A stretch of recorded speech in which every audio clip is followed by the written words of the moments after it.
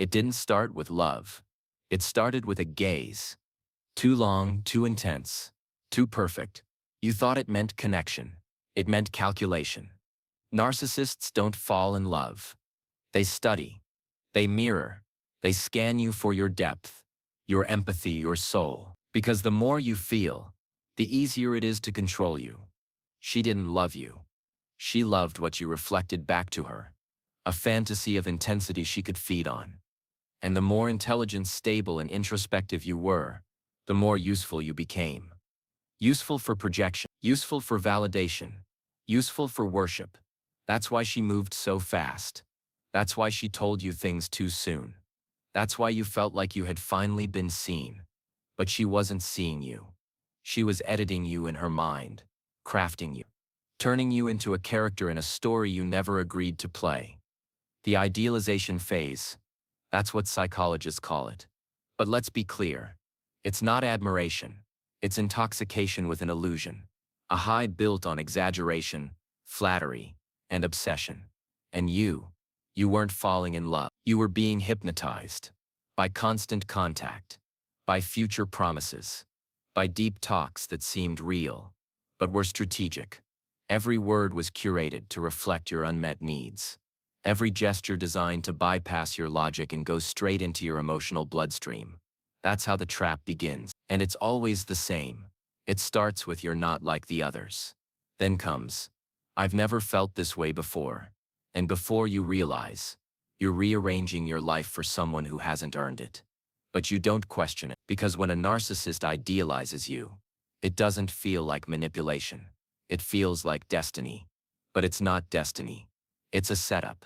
And the higher she lifts you in the beginning, the harder she will drop you later. Because she's not loving you. She's loving the reflection of herself in your admiration. And when the mirror stops flattering, she will shatter it. That's the rule. And deep down, you felt it, even in the beginning. The intensity, the speed, the perfect words. It wasn't love. It was strategy. And it worked. Because you wanted to believe it. You needed to believe it. Not because you were weak, but because you were open. And now, that openness will be used against you. It doesn't happen all at once. That would make it obvious. No, the narcissist is smarter than that. The shift begins in silence, in a glance, in a delayed reply, in the tone of voice that's just a little colder than usual. It begins when the words you used to hear daily, "I miss you," "I'm proud of you," "I feel safe with you," start to fade, slowly, quietly, without explanation. She doesn't pull away physically. Not yet. She pulls away emotionally, energetically, spiritually. And you feel it. Not as a scream, but as an ache. The kind of ache you can't describe, only endure. She's still there. Still texting. Still smiling. But something is missing. The warmth. The admiration. The obsession. You're no longer the hero. You've become familiar. And familiarity to a narcissist is offensive, because it reminds her that you're human, flawed, real, and real people can't sustain fantasy. Real people eventually say no, set boundaries, have needs, and that's when you start to feel the unspoken punishment. She withdraws validation. She withholds affection. She creates confusion. You ask if something's wrong. She says, "You're just overthinking again." You question a strange behavior. She replies, "It's always about you, isn't it?" You express vulnerability. She rolls her eyes. It's not cruelty. It's erosion. Psychological erosion. And it's intentional. Because she wants you off balance. She wants you unsure, doubting yourself, apologizing for truths you haven't even spoken yet. This is the devaluation phase. It's the part of the cycle where her fantasy of you collapses. And instead of facing that collapse internally, she projects the blame externally. Onto you. You become too sensitive, too distant, too needy, too logical, too emotional, too masculine. Not masculine enough. It doesn't matter which excuse she picks. What matters is this. The same qualities she once praised are now used against you. Your intelligence becomes arrogance. Your independence becomes selfishness. Your quiet strength becomes emotional unavailability. And here's the cruelest part. She won't just criticize you. She'll compare you. Suddenly there's a friend who understands her better. A coworker who really listens. An ex she just ran into. And you know what she's doing. She's not just making you jealous. She's erasing you, piece by piece, while smiling in your face. That's how it works. She builds you up to tear you down. Because once she sees you're not the fantasy, she can't see you as anything else. And now you're not a man in love. You're a man on trial. Every word you say is evidence. Every emotion you feel is weaponized. And yet, you stay. You stay because you remember the beginning. You stay because you hope the idealization will return. But it won't, because the spell is broken. And now, you're just another disappointment she never truly understood. And then, she's gone. Maybe not physically. Maybe she still sends empty texts. Maybe she still keeps you on social media. Maybe she even smiles at you in public. But you know the truth. She left long before she actually walked away. She discarded you the moment you stopped feeding the illusion.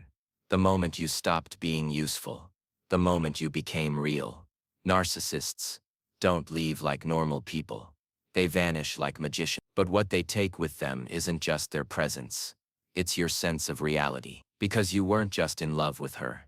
You were in love with who you thought you were in her eyes. You thought you mattered. You thought you were chosen. You thought the intensity meant something. But now, silence. Cold, calculated silence. No closure, no explanation, just absence. And that's the point. Narcissists don't give closure because they need you to stay open. Open to confusion, open to guilt, open to maybe, because maybe keeps you in orbit. Maybe she'll come back. Maybe she just needs time. Maybe it was your fault, but it wasn't. The discard isn't punishment, it's protocol. You stopped mirroring her fantasy, and she found someone else who would. That's how it works. You are not a person, you are a mirror. And when a mirror stops flattering, it gets replaced. The discard is cruel not just because it ends the relationship, but because it reveals that there never was a relationship. There was only performance. And now, you're left on the stage alone, staring at the script she wrote, and realizing you were never the main character. You were an extra, replaceable, expendable, and it breaks you, not because you lost her, but because you lost the version of yourself you thought she loved. But here's the brutal truth. That version never existed. She didn't fall for you. She fell for an image, an echo of her own ego. And now you're sitting in silence, trying to understand how something so intense could end so casually. You're rereading messages, replaying memory, asking questions that will never be answered. And that's exactly how she wants it. Because confusion is power. If you're confused, you're still connected. If you're hurt, you're still loyal. And if you're waiting, she still owns part of you. But you don't owe her pain. You don't owe her longing. You don't owe her the collapse of your identity. What you owe is the truth that it was never real, the truth that you were never seen, the truth that your silence now, your absence, your detachment, is the only thing she can't manipulate. Because when a man stops chasing answers, he becomes untouchable, and that's what she fears most. No one warns you about the silence after intensity, about the way your nervous system keeps reaching for someone who's no longer there, not because she died, but because she transformed. Or maybe, she revealed what she always was. And you're left in a kind of emotional limbo, addicted to connection, but starved of meaning. The human brain doesn't respond to narcissistic abuse like heartbreak. It responds like withdrawal, because the love bomb phase wasn't affection. It was stimulation, dopamine, oxytocin, adrenaline, rapid highs, constant novelty. You didn't fall in love. You were neurologically conditioned, like a lab experiment in chaos. Affection, confusion, and now, every time you check your phone hoping for a message, every time you revisit old photos, or reread a voicemail, what you're really doing is chasing a chemical ghost. She trained your body to need her chaos. She taught your nervous system that unpredictability equals love. And now, in the silence, your body panics, because when the love bomb ends, the withdrawal begins. That's why the pain doesn't make sense. That's why people don't understand why you can't just move on. Because this wasn't love. This was psychological captivity disguised as romance. And the worst part, you miss it. You miss the obsession, the words, the late-night voice notes, the way she made you feel chosen, exceptional, rare. Even if it was a lie, it was a beautiful lie. And lies have a strange way of feeling safer than truth when you're lonely. But this is the trap. The narcissist doesn't just exit your life. She leaves parts of herself inside you. Her voice, her criticism, her approval, her silence. They linger long after she's gone, like smoke on your skin, like perfume you didn't ask to. And if you're not careful, you'll start chasing new women just to recreate her chaos. You'll confuse anxiety with chemistry, confusion with depth, intensity with intimacy, because that's what trauma teaches. That the more unstable something is, the more real it must be. But it's not real. It's not love. It's a loop. And you've been caught in it before, but now you see it. Now you know. And knowing, truly knowing, is the first step to breaking the spell. You'll be tempted to reach out, to ask for clarity, to beg for closure. You'll tell yourself it's about understanding, about honesty, about respect. But deep down, you're hoping for something else. You're hoping she'll admit it, that she'll confess the manipulation, that she'll finally see what she did. But she won't. Not because she doesn't remember, but because she doesn't care. Closure isn't withheld by accident. It's withheld by design. Because if you don't get closure, you keep seeking. You stay mentally entangled, emotionally entangled, spiritually entangled. You remain available. That's the game. Narcissists don't need you physically. They need you psychologically. As long as they can live rent-free in your mind, they're still winning. As long as they can make you question yourself, blame yourself, explain yourself, they are still in control. Control is the real addiction. Not your love, not your body, not your loyalty. Power. And the most efficient way to maintain power over an empathetic man is silence. Strategic silence, passive-aggressive avoidance, confusing half-truths, the sudden shift from "you're my soulmate" to "I need space." That's not vulnerability, that's domination. She wants you spinning. She wants you chasing a ghost. She'll never resurrect. And every time you ask for clarity, she gains more ground, because now you're negotiating with someone who already decided the outcome, without telling you. And even if she answers, even if she replies with soft words or fake accountability, it won't be for your healing. It will be to re-establish the cycle. Idealize, devalue, discard, hoover, repeat. That's how it works. And if you let her back in, even for a moment, she will interpret it, not as forgiveness, permission to re-enter your psyche, permission to reset the cycle, permission to remind you that you're still not free. So stop waiting for closure. Stop hoping she'll make it right. Closure is not something she gives you. It's something you give yourself. You don't need her confession. You need your conviction that what happened was real, that what you saw was true, that how you feel is valid, and most importantly, that how she treated you was not love. No matter how beautiful the beginning felt, let her stay confused. Let her rewrite the story. Let her move on fast. You don't need to control the narrative. You just need to walk away from it. Not because you're cold, but because you're finally free. Just when you start healing, she reappears, not with an apology, not with accountability, but with softness, familiarity, nostalgia. "I miss you. I've been thinking about you. Maybe we rushed things." And a part of you lights up, the part that still remembers the early days, the laughter, the connection, the illusion. But let me be clear, the hoover is not love. It's not redemption. It's not a second chance. It's a test, a psychological check-in, to see if she still has access to your wound. Because if she can get back in, even for a conversation, it means you're still bleeding. And to a narcissist, bleeding means belonging. The hoover isn't about repairing the relationship. It's about reaffirming control. It's not "I love you." It's "do I still own you?" Because she doesn't want you healed. She wants you hooked. And the moment you show strength, the moment you hesitate, or question, or confront, the mask slips again. The sweetness turns sour. The calm turns critical. And you're back in the cycle. Not because you didn't know better, but because part of you still wanted the fantasy to be true. That's the cruelty of trauma bonds. They don't just break you.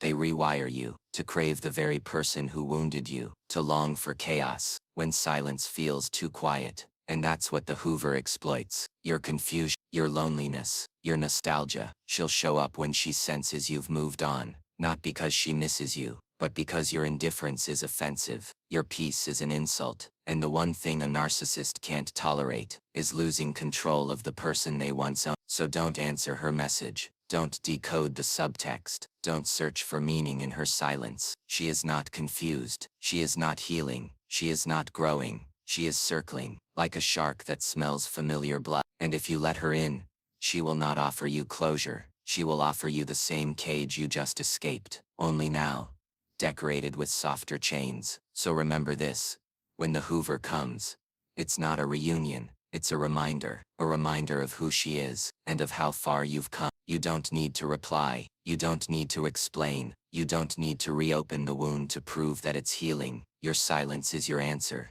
your stillness is your closure, your peace is your revenge. You told her things you never told anyone: childhood wounds, deep fears, quiet dreams. You opened doors inside yourself that you thought were locked forever, and for a moment it felt like home, like someone had finally seen you. But now you realize, it wasn't intimacy, it was exposure. What felt like connection was actually surveillance. What felt like safety was selective silence, storing every vulnerability for future use. Narcissists are not curious.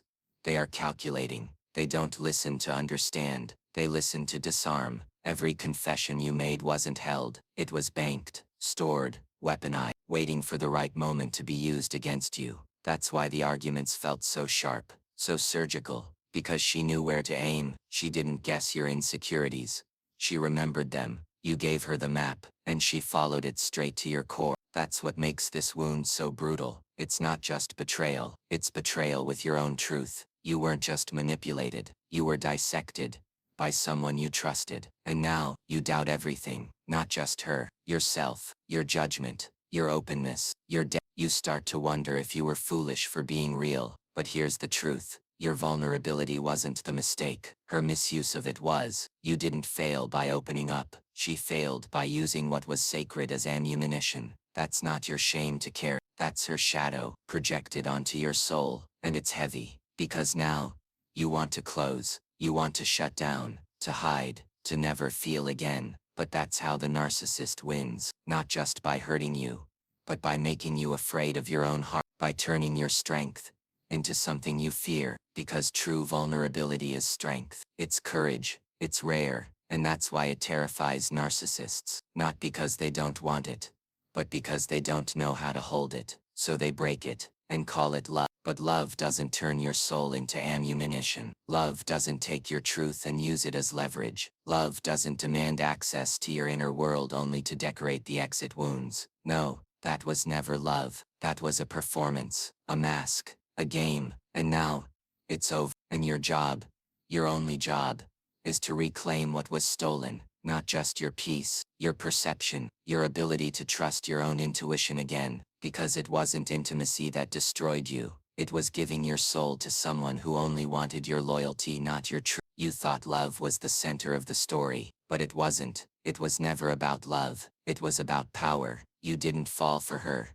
You surrendered to her. And that surrender, that quiet willingness to give, to protect, to believe, it gave her something far more intoxicating than love: control. Because love requires reciprocity. Power does not. Power is unilateral. It demands, it takes, it watches you fold, and calls it devotion. And that's what she really wanted, not your heart, your submission. You see, narcissists don't enter relationships, they enter roles. And in her role, she had to be adored, she had to be right, she had to be the sun, and you the orbit. As long as you stayed small, quiet, predictable, she was content. But the moment you questioned, the moment you noticed, the moment you grew, you became a threat, not to her safety, to her illusion of superiority. Because your strength reminds her of what she pretends to be. Your clarity exposes her chaos. Your peace insults her performance. And so, the war begins. Not loud,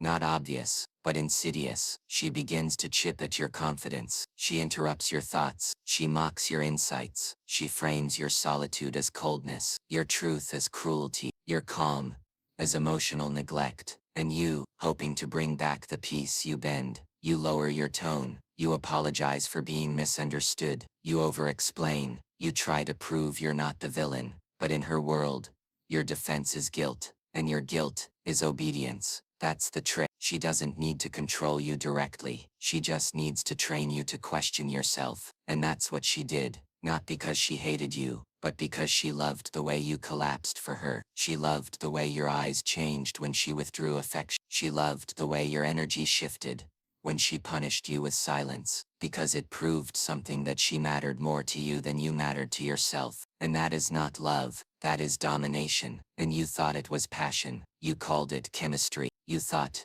maybe if I just do better she'll come back. But love doesn't require you to vanish. Love doesn't ask you to shrink. Love doesn't measure your worth by your willingness to disappear. So let's be honest, she didn't love you. She loved the power you gave her access to, without asking her to earn it. You didn't change, you just stopped apologizing. You stopped explaining yourself 3 times to be understood once. You started saying no, without a paragraph attached. You began reclaiming your time, your space, your sanity, and that's when it happened. The narrative flipped, from "you're the best thing that ever happened to me," to "you're cold, you're selfish, you don't care." But here's the truth.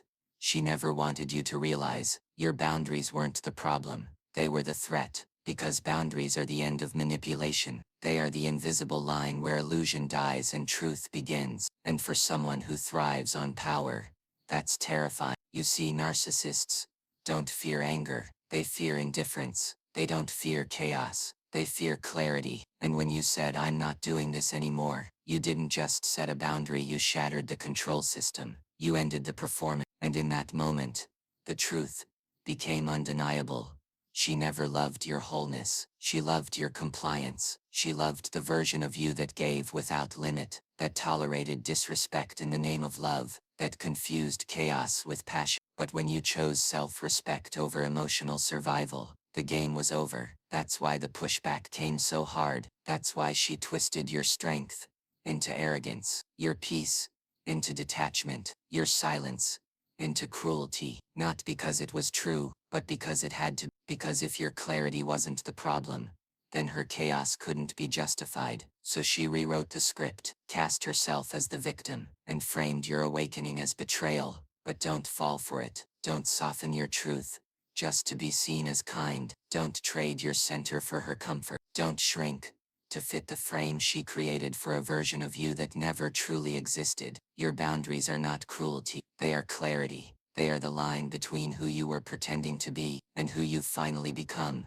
And yes, they will cost you people, especially those who benefited from your absence of them. But they will also save you from cycles, from chaos, from ever confusing being chosen with being respected again. One day you'll get a message, maybe a "Hey, how have you been?" Maybe a memory photo, maybe a birthday wish, wrapped in false warmth. And for a split second your heart will pause, because part of you still wants to believe she finally sees you, that she regrets the way she left, that maybe, just maybe, the storm is over. But listen carefully.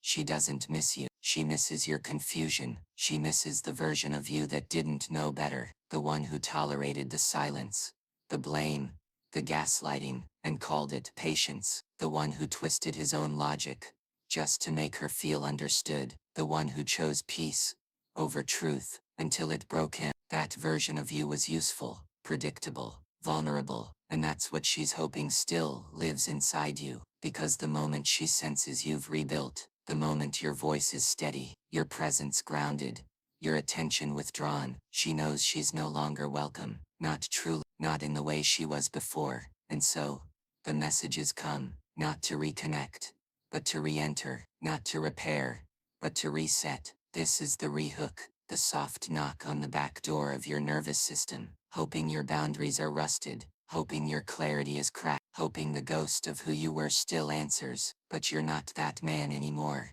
not because you became colder, but because you became whole. And whole men don't entertain half-hearted returns. Whole men don't negotiate with ghosts. Whole men don't sacrifice their peace for the illusion of closure. Because we don't forget the exhaustion of walking on eggshells, The disorientation of being both the villain and the savior in the same story. The quiet ache of performing stability for someone addicted to chaos. So no, she doesn't miss you. She misses your availability, your emotional access, your willingness to doubt yourself. But that man is gone, and the one who replaced him, he doesn't need her validation. He doesn't need her attention. He doesn't even need her explanation. He has something far more powerful now, clarity. And clarity, once earned, cannot be seduced. You keep calling it love, because it looked like love, it sounded like love, it echoed every line you've ever wanted to hear. But what you felt wasn't love,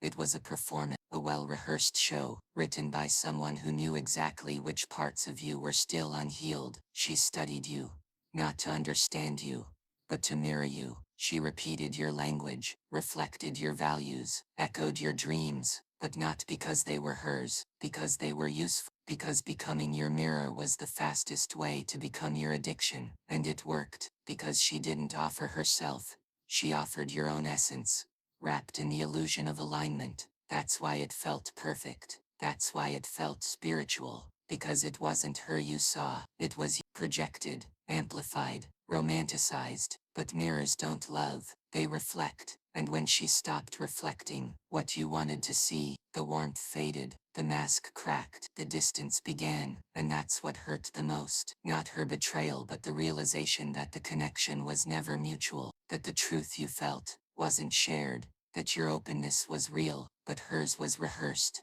You didn't lose a soulmate, you lost a storyline, a character, a projection. But because the intensity was so high, you keep replaying it in your mind, searching for looking for truth in something that was scripted. And every time you revisit it, you confuse nostalgia with clarity. You start doubting yourself again, wondering if maybe you were the problem. But you weren't. You just believed it was real, because you were. And that's the difference. You showed up with truth. She showed up with strategy. You offered connection. She offered a role play. And now that it's over, your body is grieving. Not her, but the illusion. The illusion that someone finally saw you. The illusion that someone finally chose you. The illusion that love could finally feel like peace, instead of performance. But here's the truth.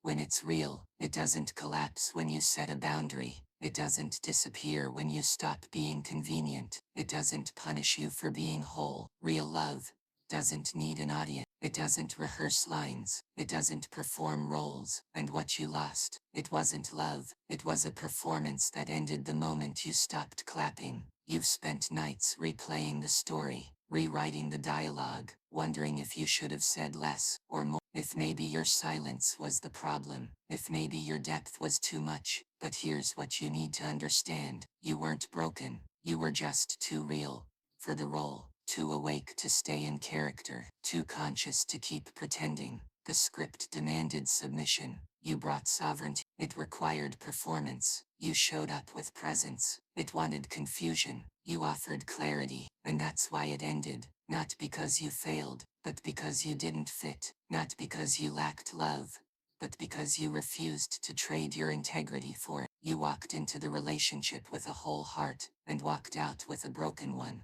But that break didn't destroy you. It revealed you. It peeled back the layers of performance. It showed you where you were still vulnerable to illusion, still craving validation, still hoping that someone else would make you feel enough. And now you know, love is not meant to be earned through self-peace. Is not something you sacrifice to keep the room calm. Respect is not built by explaining yourself to someone committed to misunderstanding you. And your worth, it doesn't live in someone else's eyes. It never did. That was the illusion. That was the lie. And now that it's dead, you are free to rebuild. Not into who you were, but into who you were always becoming. A man who no longer seeks comfort in chaos. A man who no longer performs for attention. A man who no longer begs for love, disguised as power. You are not hard. You are precise. You are not distant. You are discerning. You are not too much. You are fully present.